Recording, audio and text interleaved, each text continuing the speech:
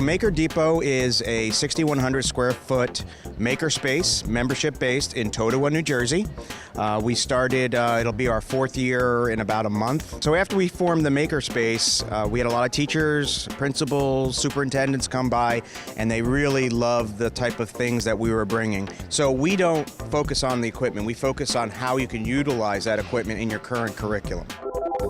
We know how to utilize this technology so that if a child can see and feel something, it really makes it more real. So that maker movement really injects that, hey, I can do this.